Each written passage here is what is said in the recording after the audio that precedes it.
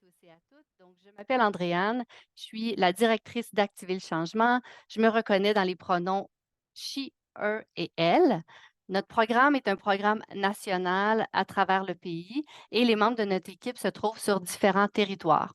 Mais pour ma part, je me joins à vous aujourd'hui à partir d'un territoire non cédé sur lequel la nation Kenyen-Kehaka est reconnue comme gardienne des terres et des eaux. Chiochiake, aussi connu sous le nom de Montréal, est historiquement reconnu comme un lieu de rassemblement et d'échange pour de nombreuses Nations, y compris la nation Kanien'kehá:ka, Huron-Wendat, Abénaquis et Anishinaabe. Aujourd'hui, vous vous joignez à nous probablement de différents territoires et je vous invite, si vous le souhaitez, à partager dans le chat le territoire à partir duquel vous vous joignez à nous aujourd'hui pour partager nos histoires et apprendre les uns des autres.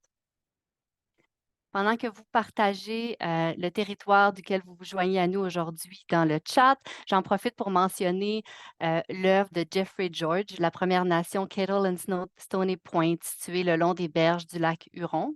Donc, c'est une magnifique œuvre, donc on souhaitait la partager avec vous aujourd'hui.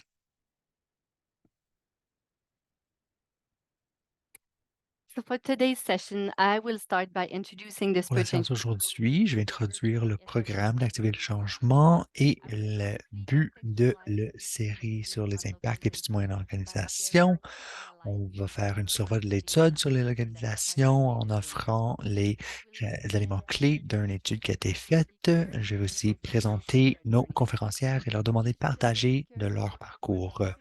Chacune de nos invités va parler pour environ 15 minutes et ça devrait nous laisser avec 20-25 minutes pour discussion à la fin de la séance. Vous pouvez poser vos questions dans votre clapardage pendant les présentations. On va les garder pour la fin. Pour ceux et celles qui nous rejoignent pour un événement d'activer le changement pour la première fois, je vais introduire brièvement qui nous sommes. C'était une initiative de 5 ans faite par le réseau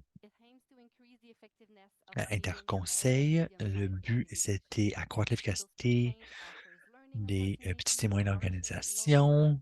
Ça offre des possibilités d'apprentissage, le partage d'informations et connaissances, et ça cherche aussi d'augmenter l'engagement des Canadiens et Canadiennes, particulièrement la jeunesse en tant que citoyenne globale.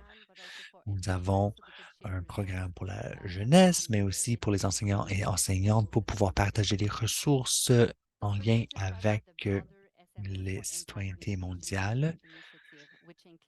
C'était plusieurs initiatives pour l'engagement des jeunesses. Nous avons lancé cette série pour célébrer les succès des PMO dans l'initiative sur 5 ans était un engagement important des affaires internationales du Canada. Et ça a eu plusieurs impacts au Canada, mais encore plus important à travers le monde dans les communautés où travaillons les PMO. Dans les prochains mois et jusqu'à la fin du programme en mars 2024, nous allons inviter la communauté de développement international canadien de nous rejoindre, de partager leurs succès, leurs défis en lien avec le programme, le parcours d'impact et le travail important qu'ils ont accompli avec leurs partenaires. Ça va aussi mettre en vedette la façon que de petits investissements peuvent produire d'incroyables changements politiques et sociaux. Aujourd'hui, nous avons invité, on vous a convoqué pour écouter 3 incroyables conférencières qui ont été soutenues par une des programmes de cette initiative. Ils vont partager leur expérience avec la localisation et l'effort de bâtir des relations équitables avec leurs partenaires. Les organismes de petite et moyenne taille ont un point de vue unique sur la localisation et les approches communautaires sont bien connues par leurs partenaires et ont des relations qui ont été bâties sur des décennies. Euh, pour vous offrir un peu de contexte à nos discussions, je vais partager quelques-unes des résultats d'une étude que nous avons faite avec une équipe de recherche. Donc, en 2020, avec une équipe de recherche provenant de diverses universités, on a lancé une étude collaborative financée par le CRSH afin de mieux comprendre l'impact de la pandémie sur les ONG canadiennes et plus particulièrement sur les petites et moyennes organisations, les PMO. L'une des dimensions de cette étude portait sur les impacts de la pandémie sur la localisation au sein des ONG au Canada. Donc, vous vous rappellerez qu'au début de la pandémie, il y avait cette présomption que la pandémie avait le potentiel d'accélérer la localisation. Donc, notre objectif avec cette étude était de comparer l'expérience des grandes, moyennes et petites organisations et de comprendre la façon dont la pandémie a transformé ou non leur perception et leurs pratiques en lien avec la localisation.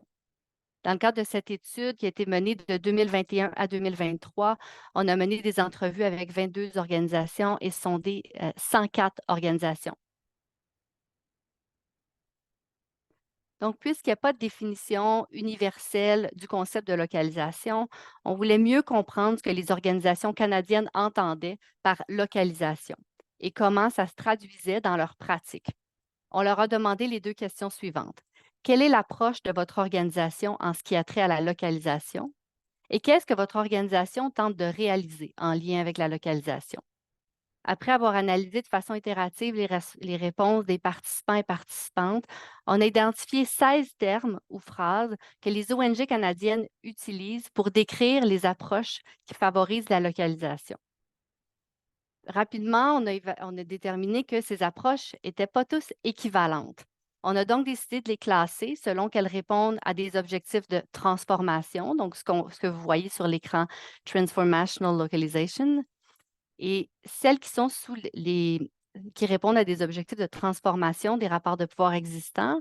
On va, par exemple, retrouver la prise de décision locale, la prise de décision partagée, des approches de décolonisation. Donc, c'est des approches qui vraiment mettent au centre des initiatives les partenaires. Alors qu'à l'autre bout du spectre, il y avait certaines initiatives ou approches qui ne répondaient pas nécessairement à une vision transformatrice. C'était plutôt une vision minimale ou de base quant à la localisation, qui n'opérait pas un transfert de pouvoir vers les partenaires. Puis entre les deux, on a identifié des approches qu'on considère ambiguës, qui permettent ou non de transformer les rapports de pouvoir selon la façon dont elles sont mises en œuvre. Donc, selon encore les organisations canadiennes qui ont participé à notre étude, les 2 approches mentionnées les plus fréquemment sont ce que vous voyez en gris, Enabling Empowering. La deuxième est le renforcement des capacités. Puis en troisième, le développement mené par les communautés. Donc, ce sont les approches de localisation qui ont été mentionnées le plus fréquemment quand on leur demande quelle approche votre organisation met en œuvre. Donc, comme vous pouvez voir, il y a encore de nombreuses organisations, par exemple avec les colonnes orange, qui ne visent pas nécessairement à transformer fondamentalement les rapports de pouvoir, les relations de pouvoir entre leur organisation et leurs partenaires. Certaines, par exemple, réduisent le rapport à la localisation au renforcement de capacité de leurs partenaires ou au fait de consulter les partenaires. Donc, sans nécessairement partager ou transférer un pouvoir décisionnel. Alors que pour d'autres, comme vous le voyez dans les colonnes en bleu, d'autres organisations ont recours à des approches beaucoup plus transformatrices, en favorisant notamment l'autonomie locale, la prise de décision au niveau local, etc. Nous voulions également savoir si les participants et participantes avaient changé leurs pratiques et leur perception au cours de la pandémie. Donc, nos sondages nous ont permis d'observer l'évolution de l'implication des partenaires en fonction de 7 activités avant et après la pandémie. Dans ces activités, on retrouve notamment le suivi, évaluation, apprentissage, la prise de décision sur les budgets, la relation avec les bailleurs, la conception et la mise en œuvre de programmes. Donc, la question posée aux participants et participantes était la suivante. Dans quel type d'activité est-ce que vos partenaires sont plus impliqués depuis la pandémie? Donc, vous pouvez voir que les 3 réponses les plus nommées ont été au niveau de la mise en œuvre des programmes, au niveau du suivi, évaluation et apprentissage et au niveau de la conception des programmes. Ensuite, lorsqu'on leur demande dans quoi elles ont été moins impliquées, on observe que c'est dans des activités qui ont pourtant un plus grand pouvoir transformateur, notamment la levée de fonds, les relations avec les bailleurs, puis les prises de décision. Le troisième qu'on n'a pas indiqué ici, ce sont les prises de décision au niveau du budget, qui sont donc les activités qui ont le moins changé au courant de la pandémie. Donc, pour résumer, les résultats de notre étude démontrent qu'il n'y a pas eu une grande accélération telle qu'anticipée par de nombreux acteurs du secteur. L'accélération de certaines pratiques a eu lieu seulement lorsque les organisations avaient déjà un momentum, ce qui équivaut à dire qu'une organisation qui n'était pas déjà activement engagée à transformer les rapports de pouvoir entre les partenaires n'a pas nécessairement utilisé la pandémie pour le faire. Au contraire, les changements observés étaient plutôt limités à des pratiques qu'on qualifiait de base ou minimales de la localisation. Ceci dit, on peut retenir, et c'est ma dernière diapo, on peut retenir les 4 éléments suivants. D'abord, qu'il est important de distinguer les différentes formes ou approches de localisation, soit celles qui ont un pouvoir transformateur versus celles qui maintiennent un statu quo. Ça va permettre aux organisations d'entamer une réflexion profonde quant à l'importance d'opter pour des approches qui visent à rompre le statu quo et à transférer davantage de pouvoir aux partenaires locaux. Ensuite, le deuxième point, on a remarqué dans l'étude que les organisations impliquées dans les coalitions et dans les réseaux et dans les groupes de travail semblaient mieux comprendre les enjeux fondamentaux en lien avec la localisation, étaient mieux capables d'identifier quelles approches leur organisation utilise. Troisièmement, les organisations agissent dans un contexte réglementaire et politique, évidemment, qui est encadré par les exigences des bailleurs. Bien que ce soit la responsabilité des organisations de prendre action dans le sens de la localisation, on doit quand même reconnaître que leur effort est parfois limité par des contraintes institutionnelles et structurelles. Et quatrièmement, les organisations qui ont entamé ces processus et se sont engagées à transformer leurs pratiques ont effectivement accéléré le transfert de pouvoir pendant la pandémie. Donc, il n'est jamais trop tard pour entamer et commencer des changements dans les pratiques des organisations. Donc, si vous souhaitez en apprendre davantage sur l'étude, notamment la façon dont la pandémie a impacté les organisations en fonction de leur taille, ce dont je n'ai pas eu le temps d'aborder aujourd'hui, ceci sera publié au cours des prochains mois. Okay, so it is now my pleasure to C'est introduce our donc mon plaisir d'introduire nos trois panélistes conférencières.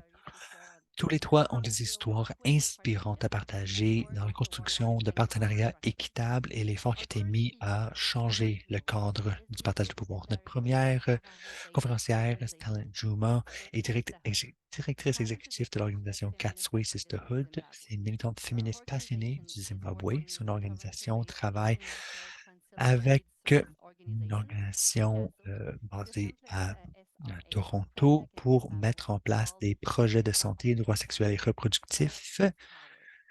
Le pouvoir, la santé, c'est le pouvoir. Cet projet est soutenu par Affaires mondiales Canada. Et si vous êtes intéressé à avoir plus d'informations au sujet de Talent, tu peux lire le document qui présente tous nos panélistes aujourd'hui qui étaient partagés avec vous hier. Talent sera suivi par Catherine Liao. C'est une associée de recherche au Center for Justice, Equity and Sustainable Action à l'Université of the Fraser Valley. Elle est aussi candidate au doctorat à l'Université de la Colombie-Britannique. À travers un projet financé par FIT, elle est en partenariat avec le Albinism Royal Foundation pour l'essai d'une innovation visant à renforcer le pouvoir économique et social des personnes souffrant d'albinisme, en particulier les femmes et les filles à Sierra Leone. Notre dernière conférencière, Liliana Coes-Loisel, c'est une membre fière de la Nation métisse d'Alberta qui travaille à VIDEA, une organisation de développement international basée à Victoria. Elle va partager au sujet de le parcours en décolonisation de Vidéa et l'impact que cet effort a eu dans les communautés dans lesquelles l'organisme travaille, sur leurs partenaires et la façon qu'ils travaillent en équipe. Vidéa est soutenu par le programme Activer le changement depuis 3 ans. Alors, Talent, je vous passe la parole.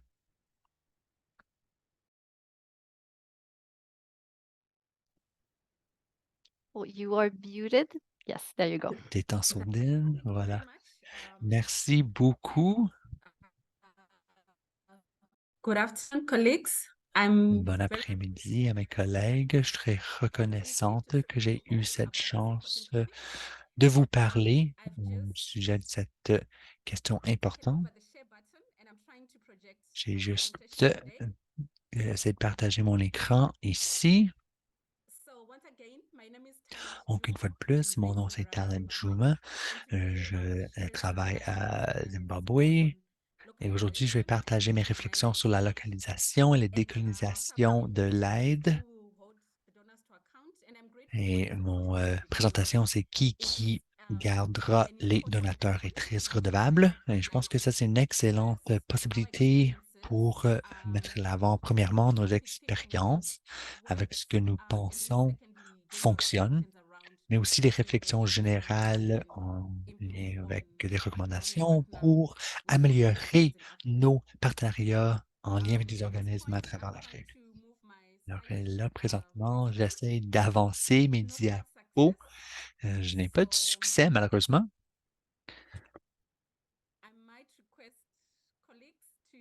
Peut-être que je pourrais demander à un collègue de m'aider. Oui, je peux aider avec ça. Oui, oui, juste arrêter le partage. Merci. Bon, alors, juste un moment. Merci beaucoup. Je vais donc partager les réflexions en lien avec le partenariat que nous avons eu avec ECASO, une organisation basée au Canada. Et le programme de PMO. Nous avons aussi un partenariat avec un autre organisme jeunesse ici à Zimbabwe. Et mes réflexions centrent ce que je pense a bien fonctionné. Et après ça, je rentre dans les recommandations. Est-ce qu'on peut aller au prochain diapo? Donc, ici, ça offre un survol de notre programme. C'est un programme sur 4 ans dans 4 districts. Nous avons contact avec 7600 filles en lien avec les droits de santé sexuelle et reproductif. Et pour essayer d'offrir des services, la gentilité et aussi offrir de l'apprivoisonnement. Au-delà de mobiliser la jeunesse, nous avons aussi travaillé pour renforcer la capacité des fournisseurs de services de santé pour avoir des services pour la jeunesse et aussi travailler avec le gouvernement pour réviser les politiques dans l'intérêt de la jeunesse qui voudrait avoir accès aux services droits sexuels et reproductifs dans un contexte où c'est fréquemment très restrictif. Les principes qui ont guidé notre travail, qui est très pertinent pour notre discussion aujourd'hui, pour nous, nous avons vu comme un exercice en jumelage, en différence avec la relation traditionnelle entre donateur, donatrice, partenaire. On trouvait qu'on pouvait s'engager avec ICASO presque en tant qu'égal. Il y avait beaucoup de possibilités pour la co-création. Ça va de la conception des initiatives jusqu'à la présentation d'une proposition. Nous avons ressenti qu'il y avait énormément de transparence. Nous sommes déjà été dans des partenariats où tout est fait en Europe ou dans un pays développé, puis nous recevons un modèle qu'il faut adapter à notre but. Mais dans ce cas-ci, le partenariat était basé sur le développement de capacité, on pouvait influencer ce qui était vu comme efficace et la manière qu'on pouvait le mettre en œuvre. Et donc, cette initiative était aussi soutenue par Affaires mondiales Canada. La prochaine diapo, s'il vous plaît. Donc, le jumelage, de nouveau, Youth Engage ont bien compris le contexte. Quand nous parlons de la localisation, c'est important parce que les organismes locaux comprennent le contexte, le langage, la culture et quelle vision est présente parmi la jeunesse, leur vision pour le futur. C'est facile de développer des modèles pour mettre en place avec des idées de qu'est-ce qui va fonctionner. Mais quand tu viens à Zimbabwe, au-delà de juste discuter SSR, il faut s'assurer que l'environnement est fertile, que les communautés sont engagées, que les enjeux principaux que vivent la jeunesse, que ce soit le chômage, la pauvreté, ces enjeux aussi ont besoin d'être considérés. Et en ayant une compréhension du contexte, on peut développer des programmes plus efficaces. On ne peut pas nécessairement répondre à tout en jeu, mais c'est important qu'on rentre dans une communauté qu'ils voient que nous écoutons leurs réels besoins et qu'on amène du soutien qui puisse répondre à ces défis. Plus de réflexion de Sembautano. Je pense que le partenariat a aidé à démystifier les relations avec les bailleurs de fonds. Ça a répondu aux inégalités en pouvoir. Il y a eu beaucoup de co-création en développant du programme, des systèmes pour faire les rapports, et inclure le processus dans le mesure, évaluation. On a utilisé beaucoup de réflexion collective avec le soutien réel. Et je veux dire dès le débat que quand on parle de la localisation, ce n'est pas simplement une question que les organismes locaux peuvent tout faire eux-mêmes. L'espace demeure compétitif. Les organismes locaux ont des lacunes dans leur capacité et donc des relations comme celle-ci offre la chance d'offrir du soutien et l'accompagnement et ça permet aux organismes locaux de livrer de manière efficace. Prochaine diapo. Je voulais juste mettre de l'avant ici une méthodologie en 4 parts que nous avons mis en œuvre dans l'initiative collaborative que Simbautano a mis en œuvre.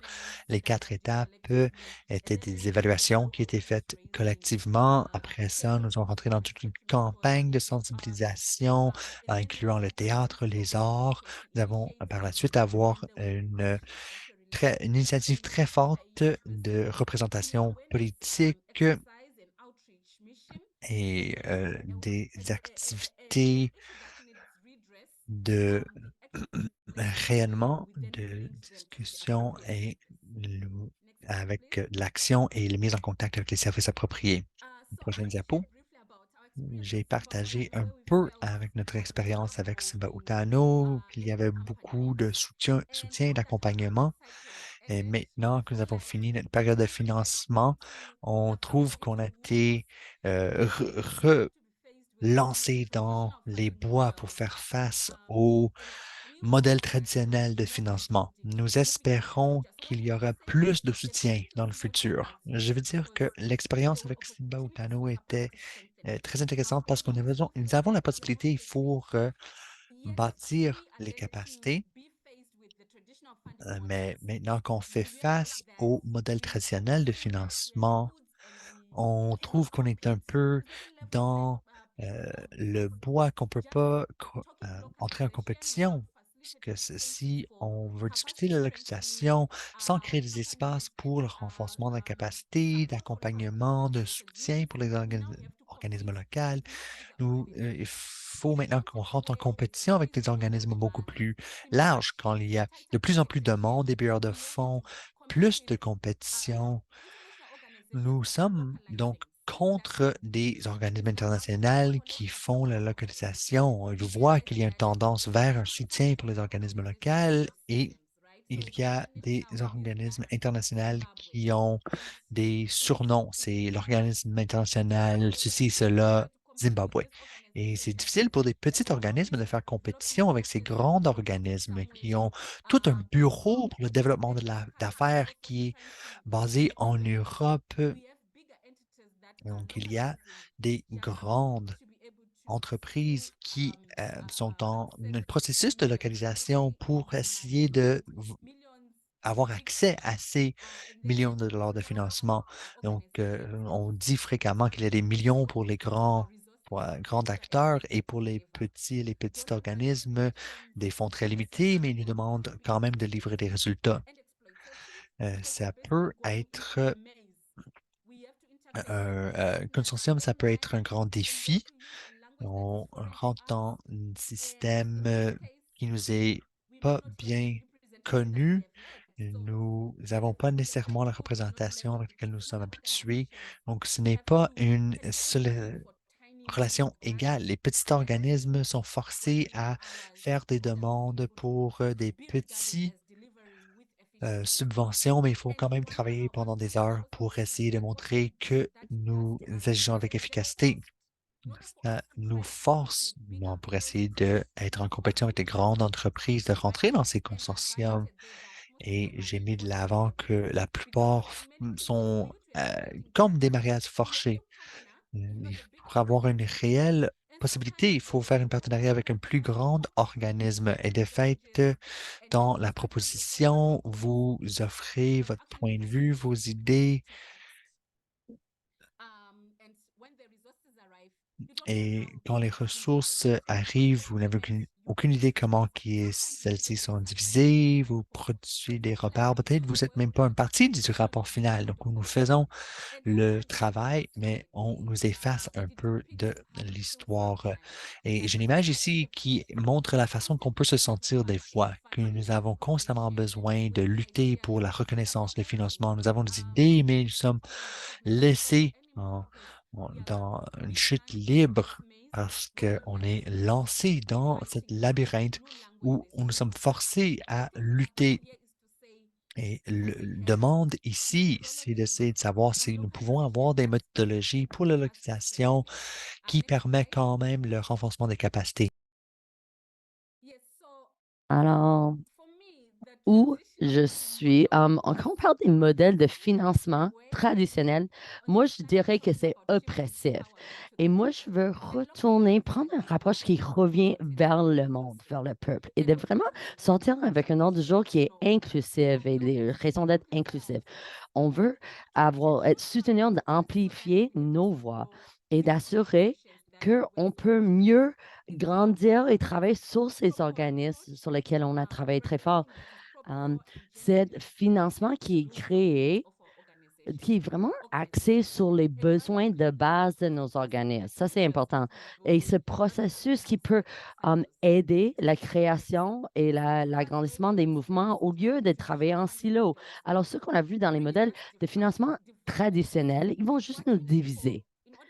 Et qu'est-ce qu'on a besoin d'essayer d'arriver à un niveau plus haut, transformatif du changement? On veut que nos mouvements sociaux ici peuvent travailler ensemble, mais on voit qu'on est toujours dans cette mode de compétition et on a peu de temps de réellement engager la réflexion collective, faire la co-création et tout ça, et juste où on peut avoir un milieu qui nous appuie, qui peut être complémentaire parce qu'il faut toujours lutter pour ce financement. Et si on ne fait pas attention de comment on va vraiment travailler sur cette localisation, ça va juste donner plus de pouvoir aux groupes qui avaient toujours reçu des privilèges et puis ça va enlever le pouvoir de les groupes de base. Alors, on a besoin d'un processus qui peut nous donner du pouvoir qui ne sont pas de haut vers la base et qui travaillent dans les silos. On veut des approches qui vont réellement renforcer nos mécanismes institutionnels, la structure et prendre soin des différents luttes et fissures. Nos partenaires dans le développement, on devait pas être secrets. Et on peut les rendre responsables et redevables. Et quand on parle des lieux et des zones numériques, c'est pas tous les organismes qui ont même accès à l'ordinateur ou l'Internet, ou si on a même accès au langage utilisé. Et si on va uniquement faire l'évaluation des demandes de financement, de comment le monde utilise les mots et peut-être utilise l'intelligence artificielle, ChatGPT ou d'autres choses. Non, il y a des groupes qui ont 200 000 juste pour faire des levées de fonds. Et moi, j'ai juste besoin de 20 000. Je cherche un poste pour ça et je ne peux pas même rentrer en compétition avec ces grands organismes. Alors, c'est de savoir, nous, on sait où nous sommes et les donateurs veulent nous appuyer parce qu'ils veulent appuyer des mouvements locaux qui sont réellement capables de transformer les systèmes de niveau local. Alors, on parle de cette matrice des privilèges. Alors, on voit ces organismes bases ou plus communautaires, ils ne vont pas profiter de ce privilège.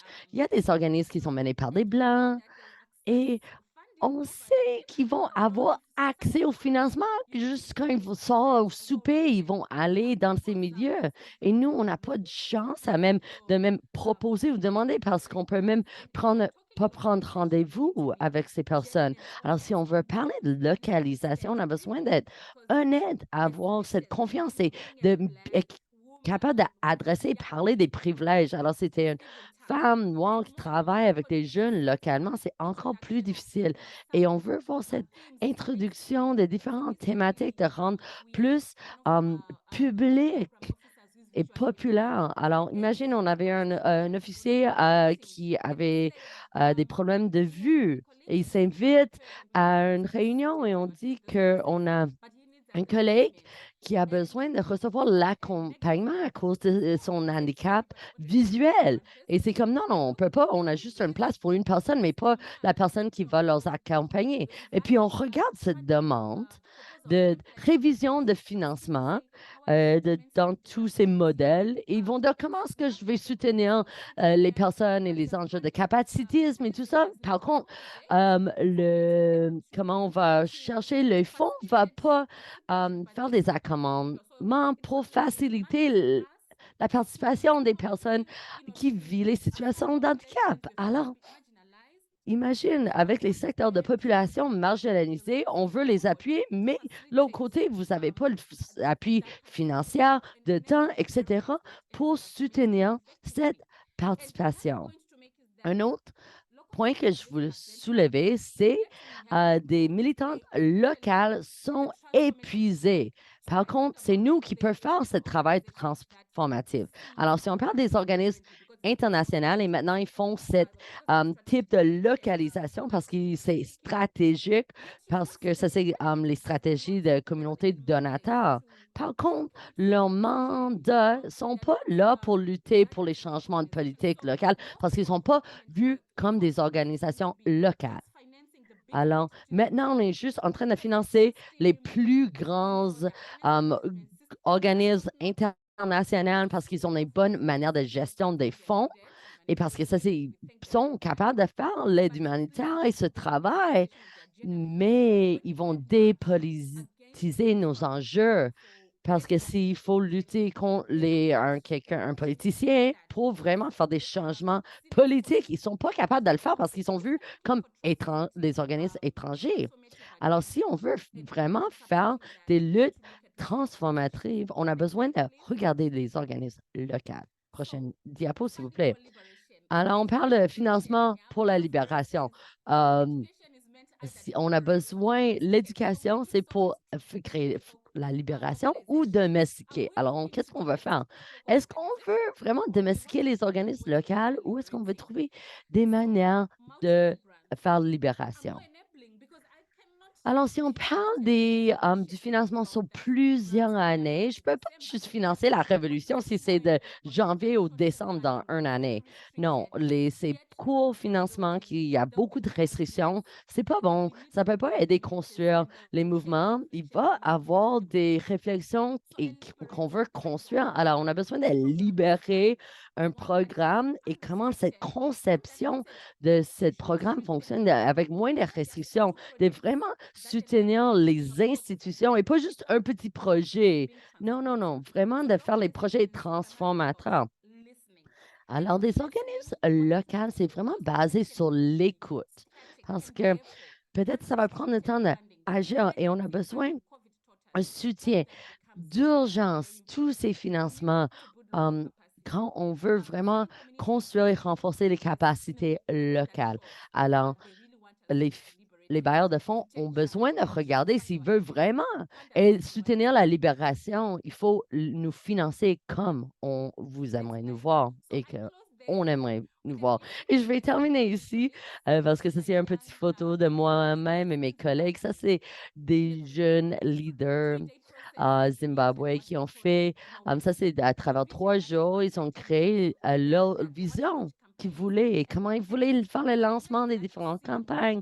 Et ça, c'est les images qu'eux, ils ont créées. C'est ces jeunes, l'origine de ces idées. Et on veut des partenaires qui vont nous écouter, mais puis ils vont avoir ce modèle de financement. Et non, non, ça, c'est un visuel. Et c'est comme, non, nous, on va mener ces luttes et on va financer comment c'est décrit par ces jeunes. Et c'est vraiment, on veut vraiment que le financement soit formulé autour de nous, où ça c'est comment ça. Alors, ces jeunes à Zimbabwe rêvent d'une future positive et on veut vraiment appuyer les changements d'une institution de base qui peut mener les niveaux de base, de pousser vers les autres ces désirs et donner le pouvoir aux ces jeunes et des idées locales. Merci. Merci beaucoup, Talent, pour votre présentation incroyable. Vous avez nommé tellement d'éléments tellement essentiels et beaucoup dans le clavardage, il y a d'autres organismes qui ont dit que oui, on partage beaucoup de ces enjeux. Alors, si vous avez des questions pour Talent, s'il vous plaît, écrivez dans le clavardage ou écrivez pour poser la question à la fin de notre conversation parce qu'on va avoir un moment pour questions-réponses à la fin. Alors, Catherine, est-ce que vous aimeriez partager votre écran et on peut aller vers votre présentation? Merci, Catherine. Et je pense que tout le monde peut voir mon écran en ce moment. Excellent. Alors, merci, Talent. J'adore votre présentation et ça m'a vraiment touchée de cette idée de trouver du financement pour la libération. Et je pense que ça, c'est quelque chose qu'on devrait exiger. Ça, on peut lutter pour ce genre de financement. Alors, merci à Activer le changement pour que je partage de comment on peut déplacer les enjeux de pouvoir. Je vais vous faire comme un survol d'un projet financé, puis je vais partager des réflexions comment nous, à l'Université de Fraser Valley, on travaille là-dessus sur un niveau organisationnel et individuel. Avant que je commence, je veux faire une reconnaissance territoriale des territoires non cédés ancestral des personnes autochtones à Colombie-Britannique. Alors, on parle de l'Université Fraser Valley en Colombie-Britannique. Notre organisme de Sierra Leone a reçu un financement pour l'innovation et la transformation en 2021-22. Le titre, c'était de laisser personne en arrière. Et c'était vraiment pour les femmes dans les zones ruelles à Sierra Leone. Et comme vous voyez sur cette pancarte, on a l'équipe, c'est un médecin, moi-même et Alicia. Et puis, on avait Sarah Nagaiva, Bernard Nagaiva, des fondateurs de l'organisme local. Il y avait 12 champions sur l'équité entre les gens. Et puis, Ibrahim, c'était notre conducteur qui nous conduisait à travers un village où il n'y avait même pas l'asphalte sur les routes. Alors, je vais juste parler de contexte de cette partenariat. Alors, je travaille dans le district nord de Sierra Leone en 2011 à 2013. Vous voyez dans l'autre deuxième photo, ça c'est la première personne que j'ai rencontrée à l'aéroport de VSO. Il était là pour assurer que tous les bénévoles arrivaient à leur bon lieu et travaillaient sur les formation locale pour 2 semaines. Moi, j'ai passé 2 ans à Sierra Leone et j'ai construit les bonnes relations dans plusieurs personnes et communautés. Et depuis la dernière décennie, j'ai resté très proche avec ce pays, avec Research Africa. Alors, la fondation qui était fondée, Sarah l'a fondée en 2018. Alors, elle vit avec Albanese et elle a vécu les préjugés de sa communauté, famille et les politiciens. Elle voulait créer un futur différent pour les personnes qui vivent avec l'albinisme. Alors, ils vivent souvent dans des situations de pauvreté. Ils n'ont pas l'agence doit lever leur propre voix. Alors, c'est vraiment de parler des enjeux de capacités, des enjeux économiques et de votre couleur de peau. Alors, leur organisme, ARF, c'est un organisme de base et qui fonctionne sans budget. Sarah et Bernard vont faire des petits levées-fonds sur leurs propres fonds ou des dons privés, juste des amis ou des membres de l'Église pour organiser leurs activités. Alors, peut-être juste pour vous mettre en contexte, il y avait 700 dollars américains pour organiser leurs activités. Et puis, un de mes collègues dans ce projet m'a mentionné de ce programme qui s'appelle FIT et que peut-être on devrait appliquer pour ce financement. Et j'ai pensé à Sarah et Bernard et leur fondation sur la Venise. Alors, ça, c'est leur premier projet financé pour la Venise Royal Foundation. Alors, ils ont fait toute une analyse et un cours sur les projets basés sur le genre. Et on parle des albinistes, surtout avec les femmes et des jeunes femmes. S'ils sont donnés de pouvoir, ils peuvent lutter et défendre leurs propres droits et pour augmenter l'équité en les genres tout au pays. Aussi d'appuyer les parents qui ont les enfants qui vivent avec l'albinisme et de soutenir l'éducation, les décideurs et aussi d'autres groupes communautaires qui travaillent sur le plaidoyer. On a généré des éléments économiques, on parle de tisser et d'autres choses. Et c'est vraiment des enjeux importants à Sierra Leone. On voulait travailler sur l'alphabétisation et plus d'éducation financière. On a aussi soutenu comment mieux défendre nos droits ou faire des activités de plaidoyer à travers le pays et comment parler publiquement et faire des discussions de groupe. On a fait tout ça juste en 15 mois et on avait plus que 35 participants et 12 champions de leur genre. Ils organisaient des ateliers d'équité entre les genres et faire plusieurs différentes activités et vraiment rapprocher les personnes avec Albanese ensemble, de partager leurs histoires. Certains n'ont plus eu la chance de partager leur vécu de la violence basée sur le genre, leur propre enjeu autour d'eux et vraiment de changer la narration, les récits. Ces personnes ne vont pas mourir, ils ne veulent pas se désapparaître. Alors, quelque chose que ce projet a fait, c'est vraiment créer la visibilité des personnes qui vivent avec l'albinisme à travers Sierra Leone. Et ça a donné l'espoir à la communauté de Sierra. Et il y a plusieurs membres de ce projet, on nommé qu'ils sont capables de faire les affaires que tous les êtres humains peuvent faire. Et c'est quand on va déshumaniser les personnes, on voit que la discrimination est plus facile. Alors, de vraiment créer leur propre mouvement, ils sont capables d'organiser entre leur communauté et organiser pour un futur plus équitable. Alors, maintenant, on veut retourner le sujet de localisation. Et selon moi, je pense qu'on a fait tellement terri sur le concept de localisation jusqu'à point qu'on pense que ça arrive de manière naturelle. Par contre, nous savons que localisation dans l'action, c'est une lutte à cause des systèmes et structures qui existent déjà qui ne vont pas appuyer la localisation pratique. Alors, je vais vous donner un exemple pratique que Sarah m'a partagé. Alors, je parle de Fondation Albanese Royal.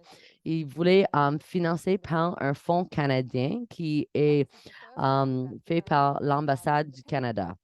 Ils ont fait une application indépendante. Alors, ARF a reçu leur décision et ils étaient supposés de commencer leurs activités en août, premier rapport ou évaluation en novembre. Alors, après plusieurs échanges courriels, il y a eu des délais pour commencer parce que l'accord des subs ont envoyé un peu d'argent, mais vous dites non, on ne peut pas recevoir des gros sommes d'argent du Canada. Il fallait trouver un autre groupe. Sierra Leone avait besoin de passer l'argent à travers parce qu'eux, ils ont reçu l'argent parce que c'était jumelé à un ONG local, jumelé avec un organisme canadien. Alors, ça, c'est juste un exemple. Eux, ils recevaient le fonds, l'autre groupe local, non. Alors, il y a c'est pas juste tout seul localisation.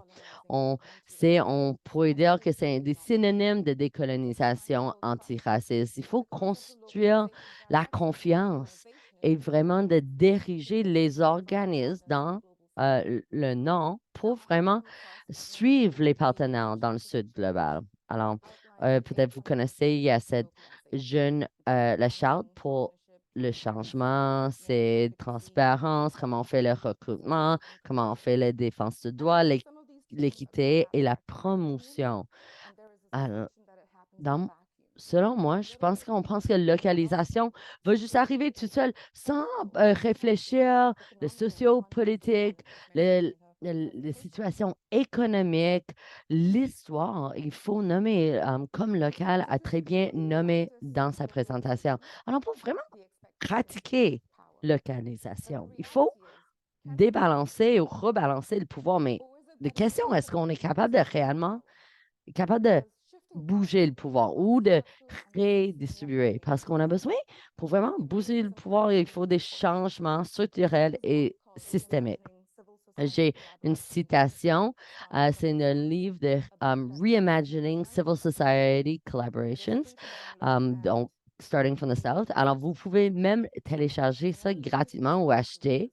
Alors, je vais vous juste laisser quelques minutes pour lire cette citation.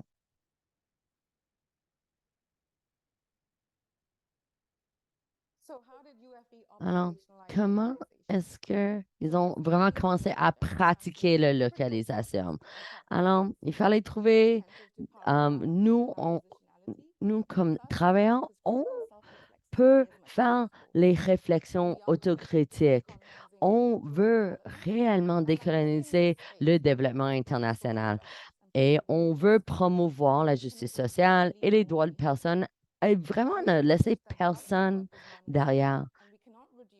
Alors, on ne peut pas réduire les phénomènes êtres humains, humanistes, juste aux chiffres et des données.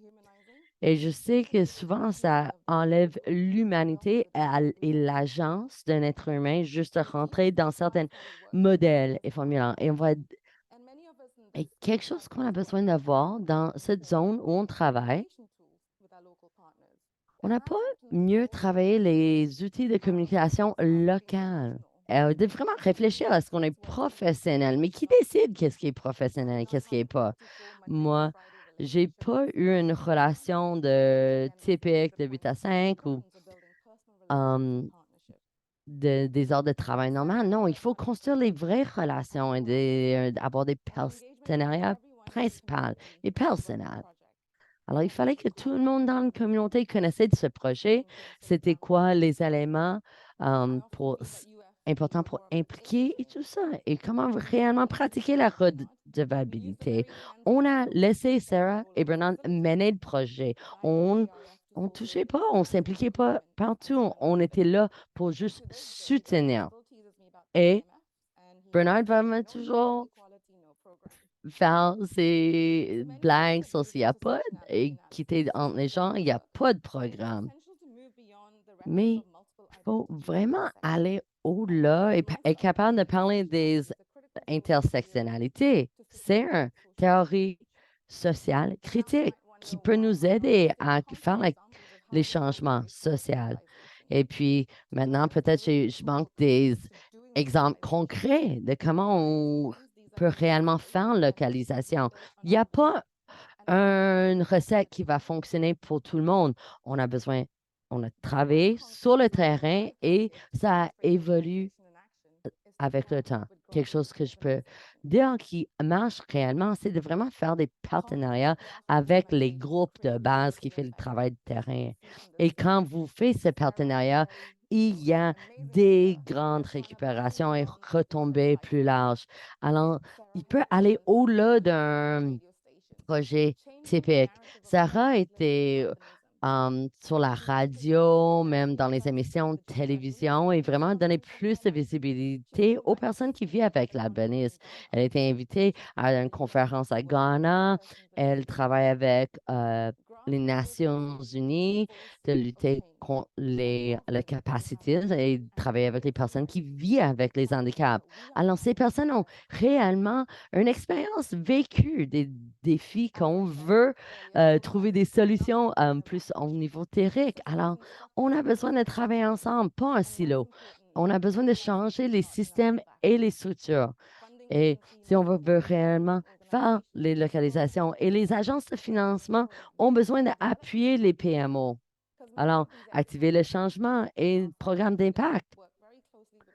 Nous, on travaille avec des groupes locaux, les petits groupes locaux. Et ça, c'est où la localisation arrive vraiment. C'est vraiment de redistribuer le pouvoir. Alors, non, il n'y a pas une recette qui marche pour tout le monde. On a besoin d'intégrer ces, ces localisations, ces valeurs et commencer le début, c'est nos relations. Alors, ça, c'est un peu l'image qui n'est pas parfaite parce que perfection, c'est juste un concept.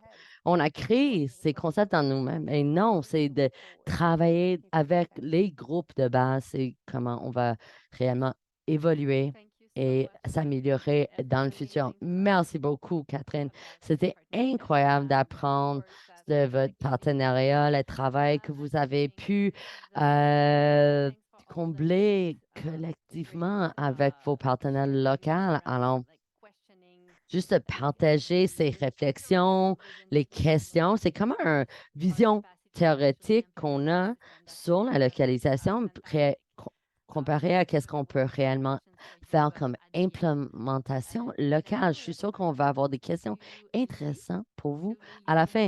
Alors, Lily, avez-vous vous prête pour partager votre écran et votre présentation? Alors, merci beaucoup, Adrienne, Talent, et tout le monde a tellement comme partagé des belles acétates. Je voulais juste partager une recette, mais maintenant, au moins, j'ai des images. Alors, j'aimerais vous remercier, vous deux, d'avoir partagé vos expériences. Ça jouait très fort. Je voulais vous applaudir quand je vous entendais parler des différentes barrières dans le système dans lequel on travaille. Alors, merci, Catherine. Um, et um, Maintenant, moi, je suis Lily. Je viens les territoires de Traité 6 en Alberta. Et j'aimerais vous parler un peu de l'organisme où je travaille, notre parcours de décolonisation et sur c'est quoi les projets sur lesquels on travaille, avec qui on travaille. On a fait des grandes transformations dans les dernières années et je vais parler de mon propre parcours et notre partenariat qu'on a avec Activer le changement. Alors, moi, je travaille dans un organisme qui est Culture Stories and Reconciliation. Je commençais comme stagiaire. J'étais en Uganda et puis j'étais là et j'ai vu la première groupe de champions avec Activité le changement. Et il y a plusieurs personnes dans notre communauté qui ont fait partie de ce programme. On a pu faire un travail vraiment incroyable avec Activer le changement. Et c'était grande partie de notre parcours de globalisation et décolonisation. Et là, on travaille avec les groupes en Zambia et Ouganda. J'ai pu travailler vraiment proche avec Bertha. Elle vit en Zambia et on a travaillé sur les récits, les partages d'histoires. Et j'ai pu faire des travaux d'engagement communautaire. Et ça, c'est pourquoi j'ai pu construire les connexions même pendant la pandémie. Et maintenant, je continue à travailler avec eux aujourd'hui. Alors, je suis vraiment reconnaissante à ces projets et activer le changement et ces projets.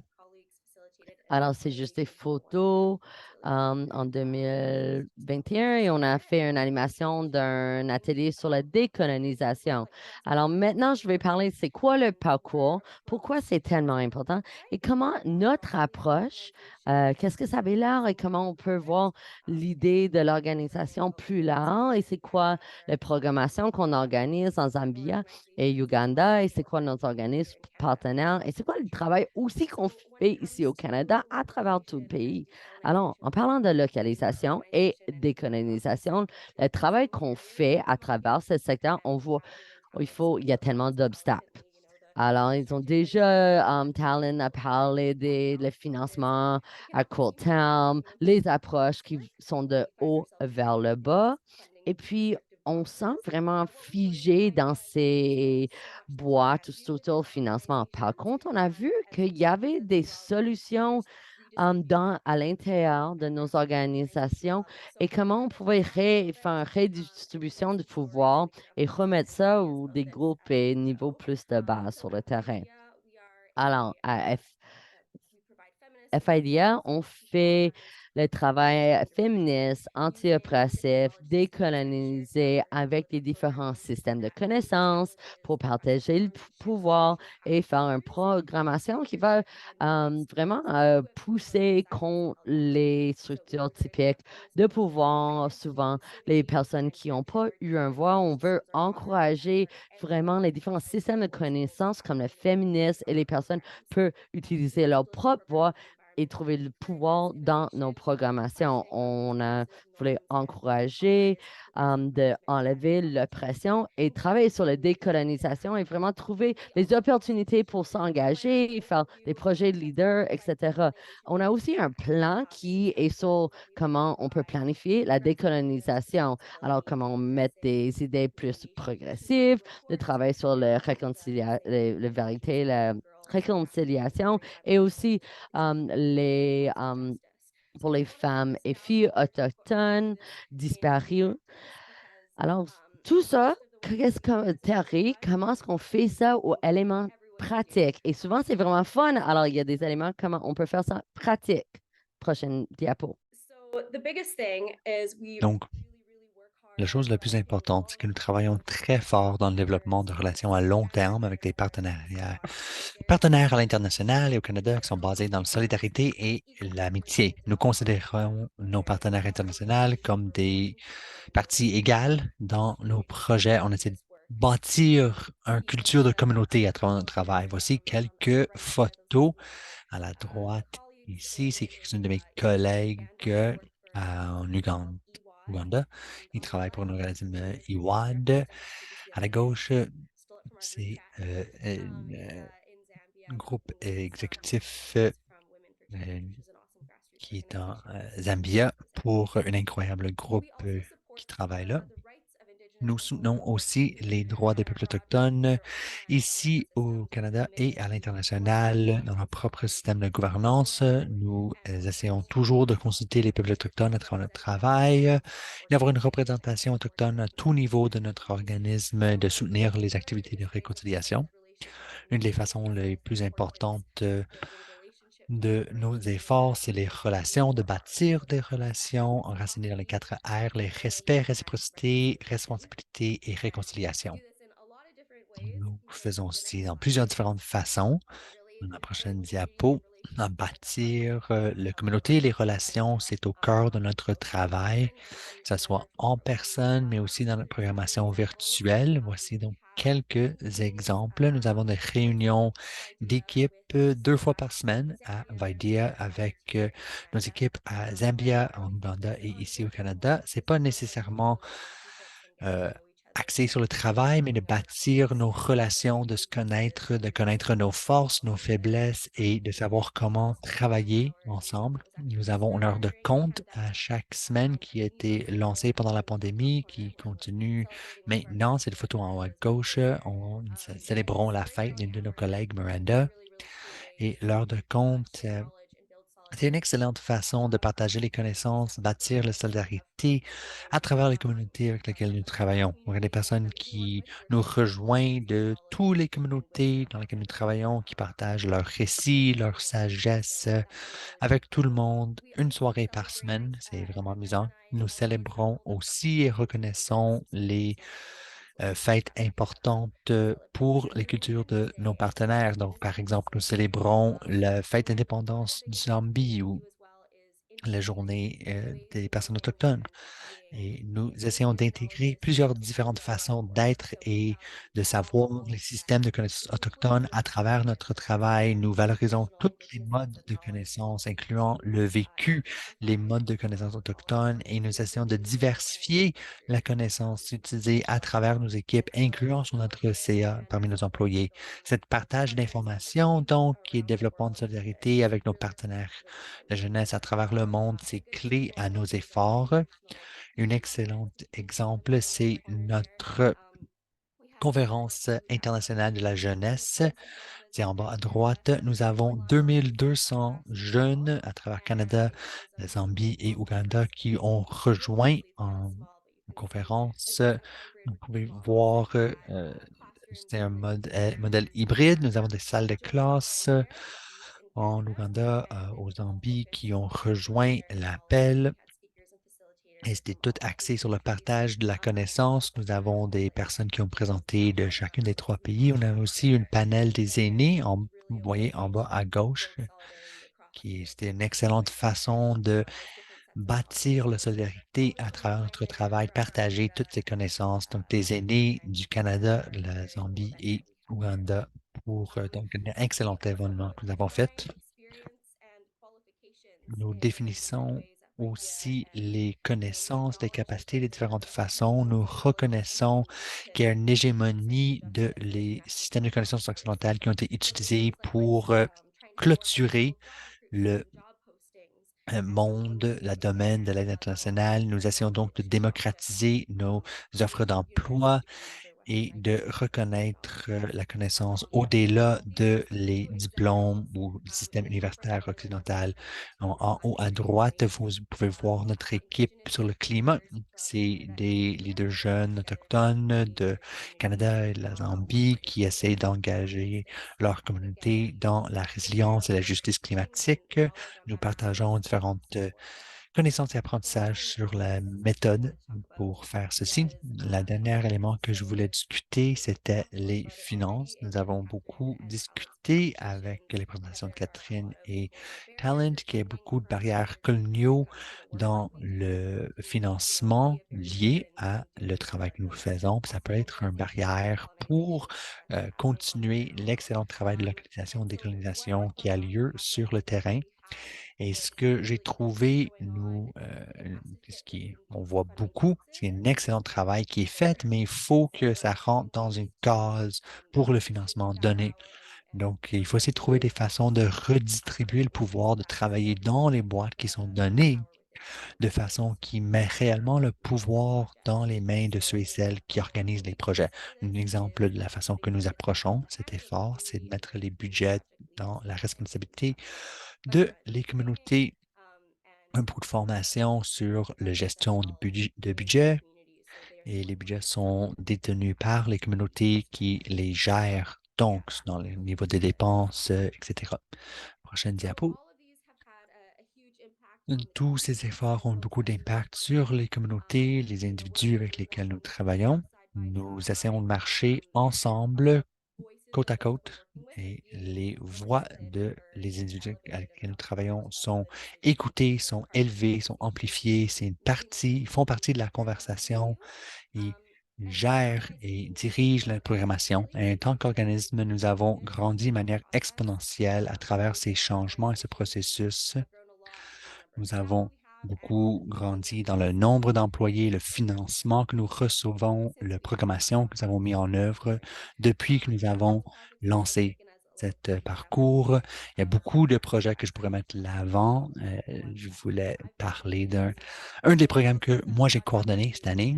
C'est un projet à travers les Services Canada. C'est dans le nord, au Nunavut. Il y a une communauté qui s'appelle Coral Harbor. C'est sur une île dans le baie Hudson.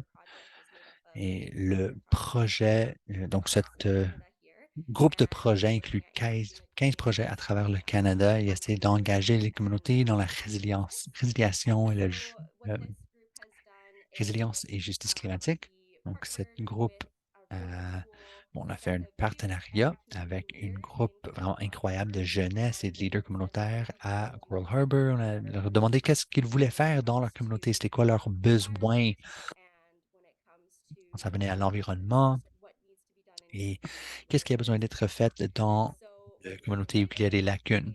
Ce qu'elles ont fait, c'est de prendre le projet, le budget, et ont décidé de créer un système pour la gestion des déchets dans leur communauté.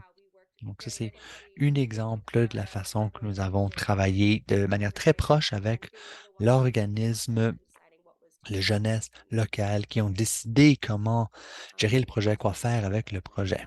On peut aller maintenant au prochain diapo. Je voulais aussi mettre de l'avant le travail que nous avons fait dans nos systèmes de gouvernance dans notre organisation. Ça, c'est notre organigramme. C'est très, il y a beaucoup de couleurs, c'est très amusant, mais c'est une des choses que nous avons faites dès le début. On avait vu notre organigramme était très hiérarchique. C'était commencé avec la directrice exécutive en haut, ça descendait de là. On voulait être intentionnel en changeant ce modèle et représenter le travail qui est fait avec Vidéa. Comme j'ai dit, nous travaillons toutes et tous ensemble. Tout le monde détient du pouvoir et le pouvoir de prendre des décisions dans l'organisme. Vous pouvez voir, ça représente un écosystème. Nous avons, par exemple, le programme, l'équipe pour le soutien des programmes, les gestionnaires qui soutiennent le travail, les racines qui soutiennent le reste de l'équipe. Donc, de manière visuelle, c'est du bas vers le haut. On les considère comme un écosystème. On a toutes nos différentes équipes, l'équipe sur le climat, l'équipe sur les travail sur les genres, l'équipe qui travaille à l'international, sont toutes inclus ici. Nous pouvons maintenant aller à la prochaine diapo. Nous avons considéré tous nos politiques. On a fait beaucoup de mises à jour. Nos politiques pour voir c'est quoi les barrières qui existent, le langage qui n'est pas nécessairement accessible, que nous pouvons changer. Nous avons aussi un document que nous avons développé en lien avec ce travail qui a été fait. Et on a aussi notre boîte à outils de décolonisation. C'est quelque chose que je voulais discuter. C'est quelque chose qui est très important pour nous à Vidéa. C'est de mettre de l'avant l'importance de la localisation, de la décolonisation dans notre secteur. Nous avons animé beaucoup d'ateliers pour partager nos connaissances, nos apprentissages à travers ce processus, que ce soit en personne ou virtuel. Nous avons fait ça avec beaucoup de différents organismes, les salles de classe, les bibliothèques, et nous avons cette boîte à outils que nous avons développée depuis quelques années. La boîte à outils est créée pour lancer des discussions, des conversations. Ça peut être dans le contexte d'une organisation, dans une communauté au complet. Ça peut être adapté aux besoins de l'individu qui le met de l'avant. Il y a aussi une guide d'animation et je peux mettre un lien dans la boîte à clavardage pour en avoir accès. C'est une ressource qui est gratuite, disponible de manière gratuite. Et c'est un outil très intéressant que d'autres organismes ont pu utiliser et que nous pouvons utiliser pour se rafraîchir dans nos buts, nos intentions envers ce processus. Donc, je n'avais pas beaucoup de temps. Je voulais faire un grand survol des choses que nous faisons à Videa et de savoir qu'il y a beaucoup de travail à faire à un niveau systémique pour pouvoir poursuivre le processus de localisation et décolonisation comme qui ont été discutés aujourd'hui. Mais il y a beaucoup de petites choses qui peuvent être faites à une échelle plus petite pour commencer des conversations, distribuer le pouvoir, s'assurer qu'on ne laisse personne de côté, puis de créer un changement réel. Merci. Merci beaucoup, Lily. C'était toutes des incroyables présentations, même s'ils étaient très différentes, prenaient différents points de vue. On a eu la chance de voir des thèmes partagés qui se développaient entre chacune des conférencières. Il nous reste environ 15 minutes pour la discussion. Je vous inviterai donc de partager vos questions, soit dans la boîte à clavardage ou en levant votre main sur Zoom. Et vous pouvez poser une question à une de nos conférencières ou aux trois, et vous pouvez les poser en anglais ou en français, vu que nous avons l'interprétation disponible.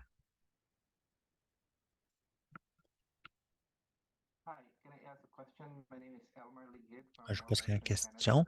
Mon nom, c'est Elmer Liggett de World Vision Canada.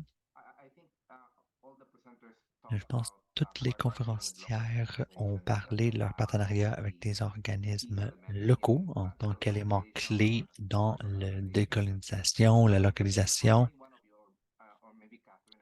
Et peut-être Catherine, elle a parlé un peu plus à ce sujet, mais est-ce que tu pourrais parler un peu plus au sujet de les sortes de partenariats? C'est sûr que celles-ci peuvent évoluer pour devenir quelque chose de plus collaboratif ou partenariat égal. Peut-être tu pourrais en parler en plus de détails.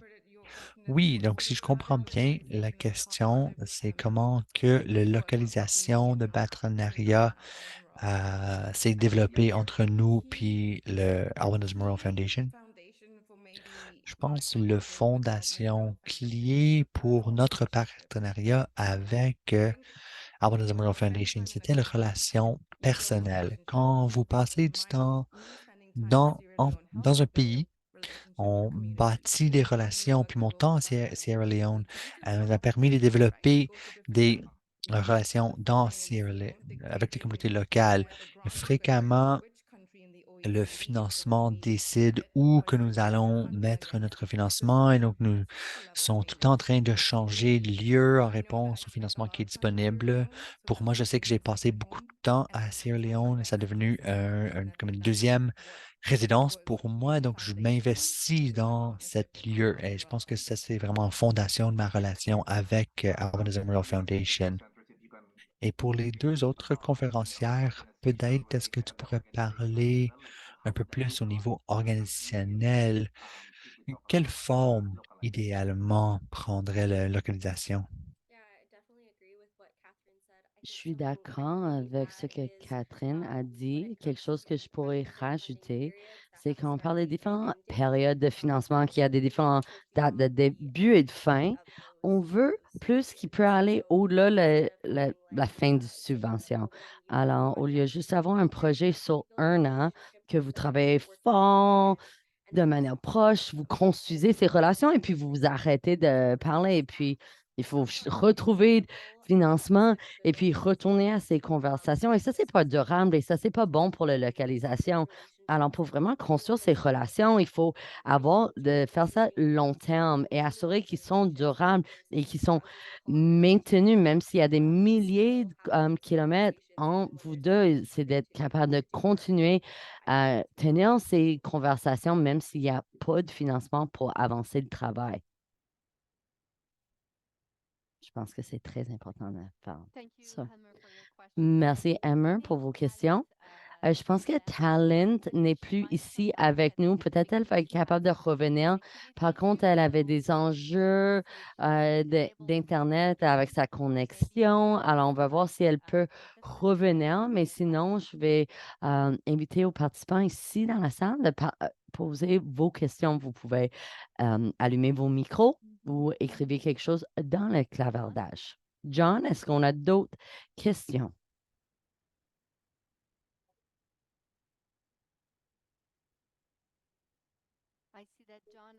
Je vois que John Hagen, vous avez allumé votre micro. Est-ce que c'est parce que vous avez une question?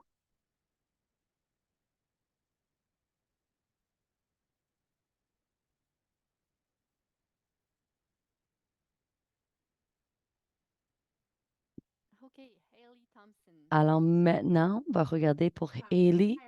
C'est à vous. Alors, salut tout le monde. Merci énormément pour la session et vos présentations. J'ai manqué un peu de votre présentation, Catherine, parce qu'il y avait un chien qui s'est échappé, mais je voulais poser une question à nos panélistes parce que cette session, on voulait vraiment parler des petits et moyens organismes et comment on peut mieux faire ce travail. Mais je voulais savoir si vous avez des recommandations pour les organismes plus grands parce que le Canada va déplacer beaucoup de leur financement à travers les grands organismes canadiens. Alors, c'est quoi peut-être des recommandations clés ou un défi que vous aimeriez donner à vos collègues dans les plus grands organismes? Alors, non, non, Catherine, tu peux commencer. Non, non, toi, tu commences. OK. Oui, c'est tellement une bonne question. Je sens qu'une de mes premières réflexions, c'est vraiment que les dons et tous ces bailleurs de fonds et ces contributions qui commencent à changer, j'espère qu'il va avoir des gros impacts sur des PMO ou même des organismes plus larges qu'on peut. Ces changements de financement va avoir un impact. Par contre, qu'est-ce que nous pouvons faire et les éléments clés que j'aimerais encourager, c'est qu'est-ce que nous on fait à Vidia, c'est vraiment de pousser cette euh, priorité de décolonisation et localisation. Et des fois, on a fait des ateliers avec les grands organismes et ça vaut la peine de faire ce travail.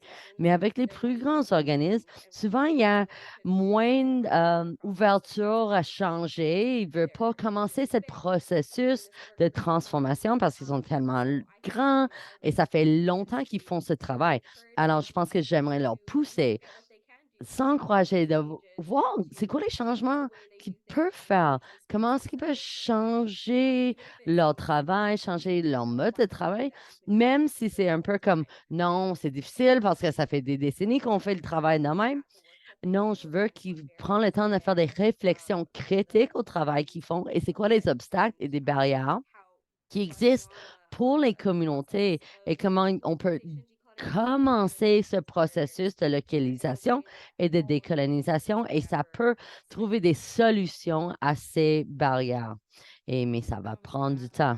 Et moi, j'aimerais rajouter, j'ai pas beaucoup d'expérience de travailler avec des plus grands organismes, mais ce que je pourrais dire comme une réflexion externe. Souvent, on a beaucoup de barrières parce qu'on va dire que le système ne va pas nous appuyer, ni la structure. Et je pense que les plus grands organismes peuvent être créatifs pour essayer d'éliminer ces barrières. Si on reçoit un grand morceau de financement, comment est-ce qu'on peut le redistribuer pour inviter les PMO ou même des organismes de base de participer dans ces objectifs censés cibles? Et c'est vraiment, je pense que ça va prendre le courage, peut-être prendre les risques, plus d'appui des bailleurs de fonds, mais je pense que c'est vraiment la créativité et de ne pas laisser ces barrières vraiment nous arrêter à réfléchir et rester dans ces silos. Alors, merci Hailey pour votre question et merci pour vos réponses, Lily et Catherine. Et j'ai vu Michael dans le clavardage, tu as partagé quelques recommandations qui sortent du projet du Talent euh, qu'elle a partagé. Est-ce qu'on a d'autres questions?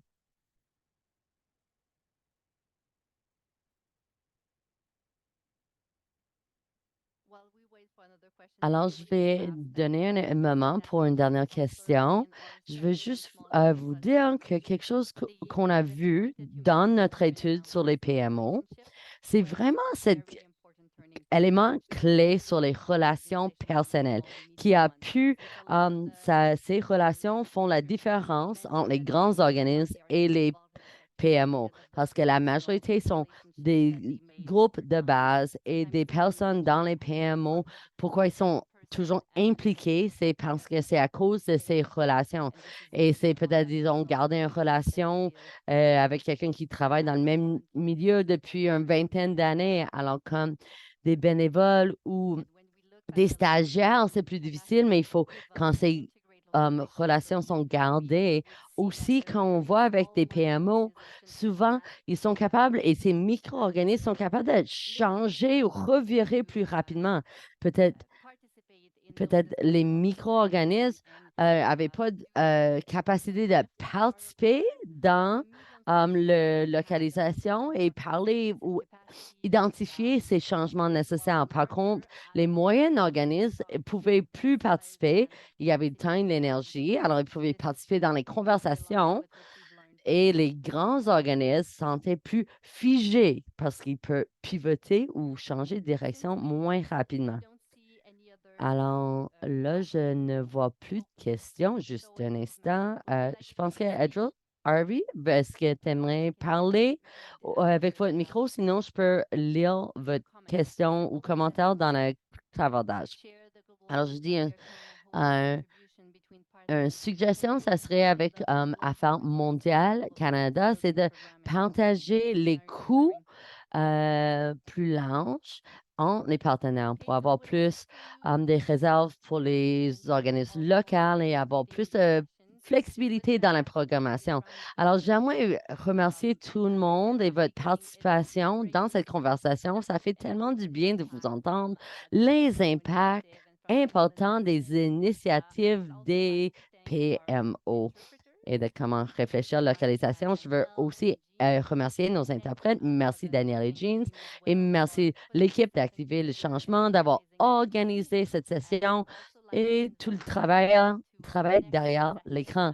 Et j'aimerais vous inviter aux prochaines sessions. Ça fait toujours de cette série de présentations sur les PMO. Ça va être sur la croissance organisationnelle. Lilia a mentionné un peu comment certains défis et les opportunités d'une petite organisation en train de vieillir, grandir, changer. Alors, ça va être la prochaine. Si vous ne recevez pas notre infolette, vous pouvez nous envoyer vos informations et on va envoyer les informations en français et en anglais. Vous allez entendre parler des prochaines activités dans les prochaines semaines. Et merci beaucoup pour votre temps et votre partage aujourd'hui.